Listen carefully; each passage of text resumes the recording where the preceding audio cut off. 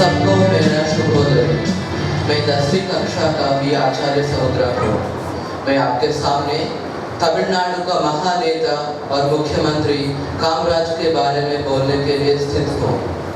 कामराज का जन्म 15 जुलाई 1903 में हुआ था।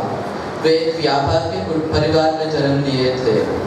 उनके माताजी का नाम था शिवगामी अम्मल और उनके पिताजी का नाम था कुमार स्वामीनाथन।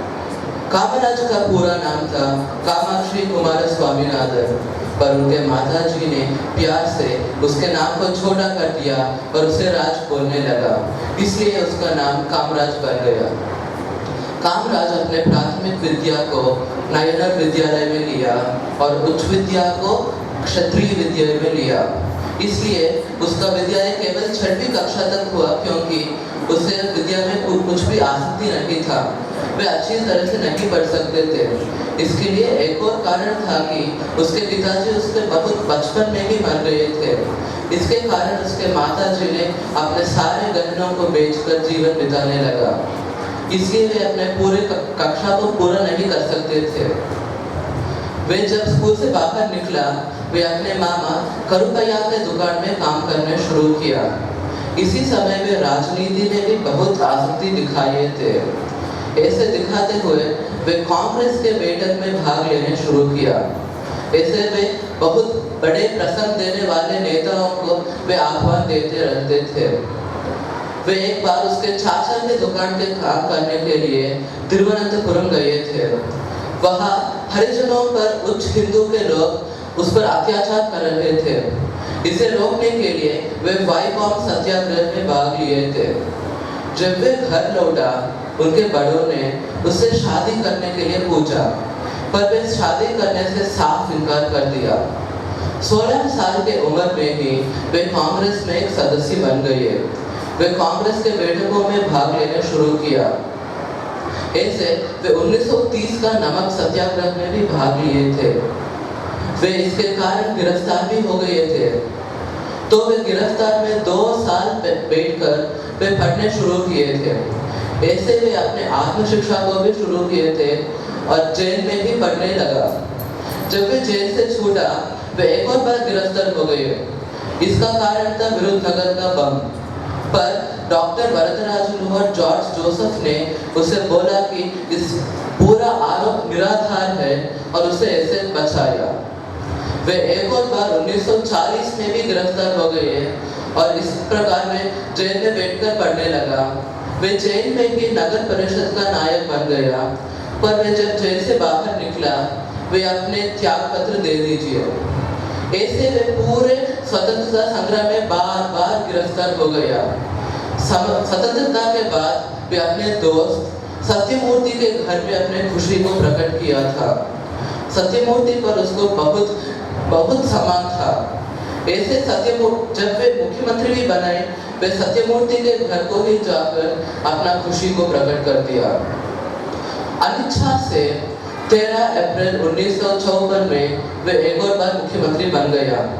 जब वे मुख्यमंत्री बना वे अपने मंत्रिमंडली से बोला कि हम बहुत प्रकार की समस्याओं को देखते हैं, ऐसी समस्याओं को देखकर हम पीछे नहीं चलना है, हम उससे चलकर आगे बढ़ना है, समस्याओं का सामना करना है।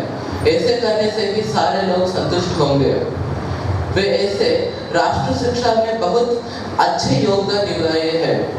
11वीं कक्षा तक मुफ्त और अनिवार्य विद्या को शुरू किए थे।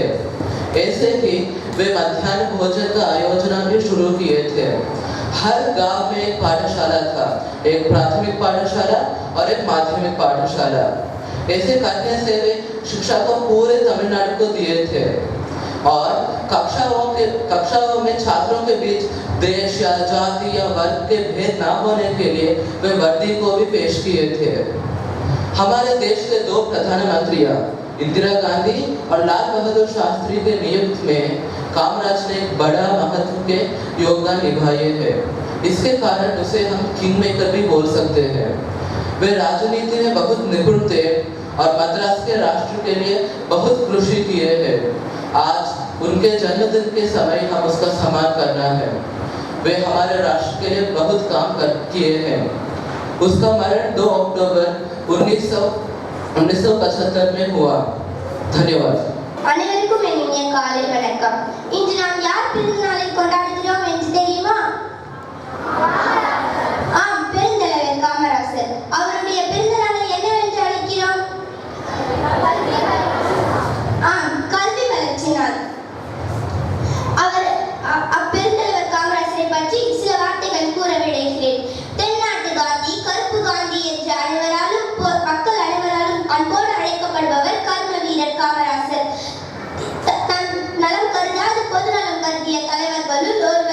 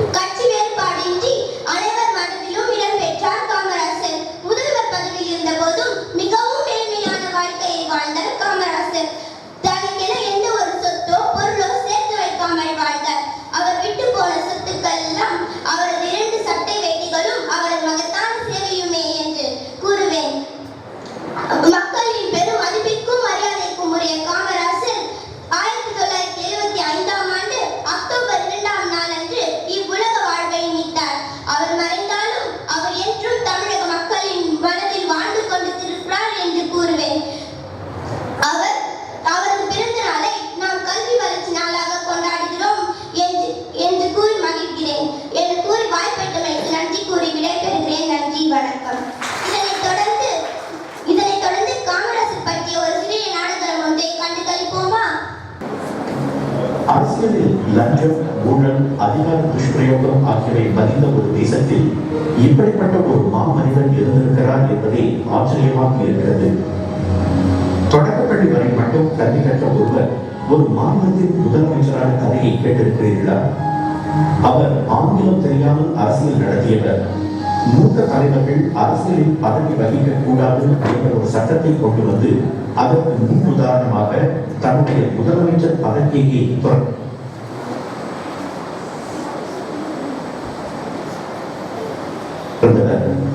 கல்வியே தேசத்தின் கண்களை திறக்கும் என்று கூறி பட்டி தொட்டிகளில் எல்லாம் பள்ளிக்கூடங்களை கட்டியவர்.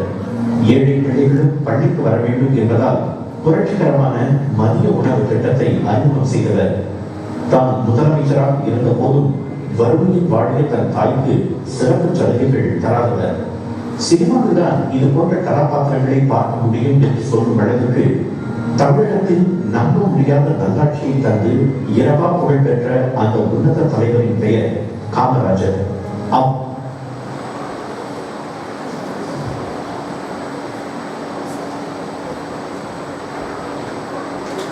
இதனை போன்ற தலைமைத்துவம் தமிழ்நாட்டில் தொடர்ந்திருந்தால் அந்த மாநிலம் தரணி போற்றும் அளவுக்கு உயர்ந்திருக்கும் என்பது மறுக்க முடியாத உண்மை.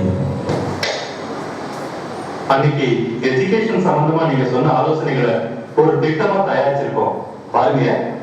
சந்தோஷம், சொல்லுங்க கேட்போம். இப்ப நம்ம மாகாணத்துல பாதிக்கு பாதி அது கூட இல்ல 45% குழந்தைங்க ஆரம்ப பள்ளிக்கு போயிட்டு இருக்காங்க. நடப்பாங்க 55% கைநாட்டா இருந்தா நாடு எதுக்காகும்னு கடந்த ஆட்சியில மூணு ஸ்கூல்ல தான் திறந்துருவோம்.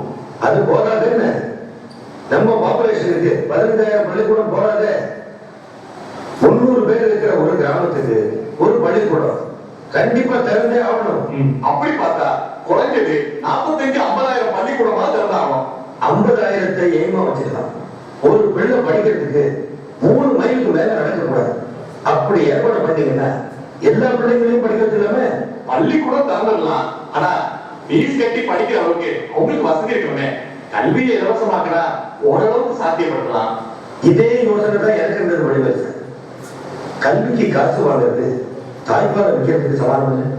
ஐயா, இந்த திட்டங்களை எல்லாம் செயல்படுத்தினா நிதித்துறை மேல பெரிய பழு இறங்கும். இறங்கட்டுமே, சுமப்போம். விவசாயத்தை பெருக்குவோம், தொழில வளர்ப்போம். அதுல வர வருமானத்தை கல்விக்கு செலவு பண்ணுவோம். யாருக்காக செலவு பண்றோம்? நம்ம பிள்ளைகளுக்காக தானே. அவங்க படிச்சு வந்தா போறாங்க, நாட்டை முன்னேற்ற மாட்டாங்களா? அந்த இலவச கல்வி திட்டத்தை இதுல சேர்த்தது சரி. உடனடியா அந்த திட்டத்தை அமல்படுத்தணும். சரி.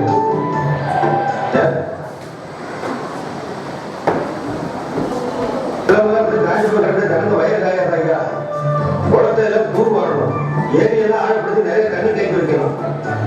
அணைக்கட்டு பக்கம் நாம கவனத்தை செலுத்தணும். சொல்ற மாதிரி இவ்வளவு நாளா ஆகுது, இன்னும் ஜனங்களோட பசி தீர்க்கணும் இல்லையா?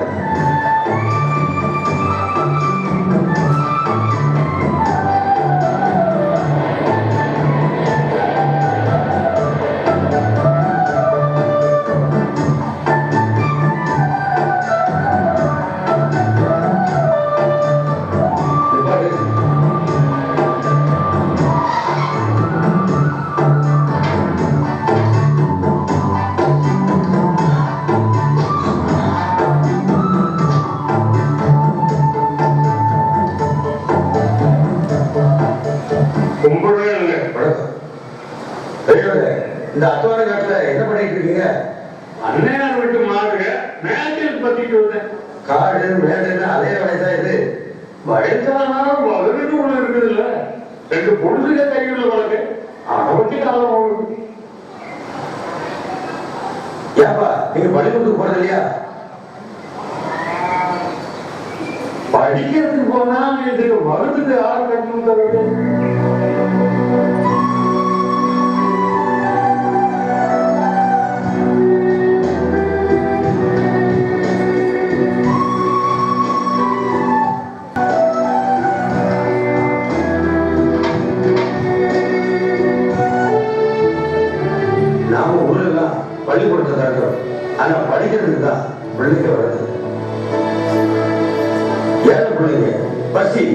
வேற என்ன செய்வாங்க? கல் உடைக்க, மாடு மேய்க்கன்னு போயிடுறாங்க. எனக்கு ஒரு யோசனை தோணுச்சு.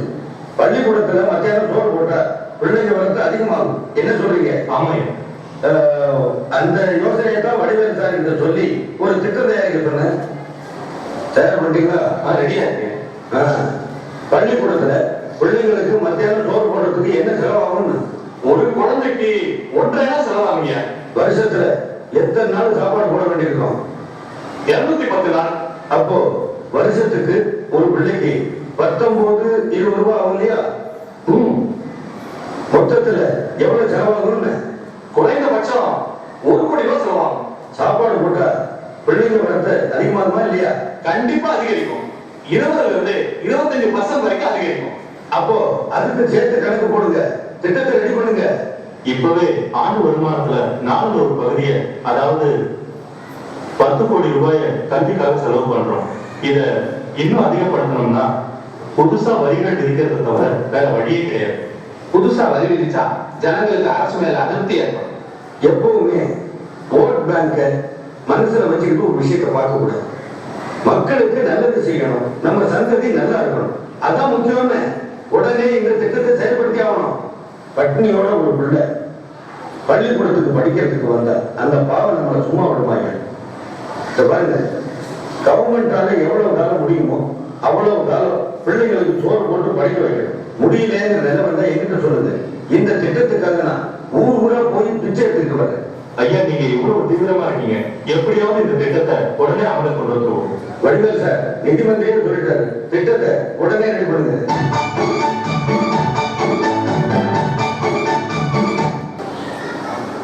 இவரை போன்ற தலைவர்கள் தமிழகத்தில் இருந்திருந்தால் தமிழகம் கல்வித்துறையில் எப்போதோ முன்னேறியிருக்கும்.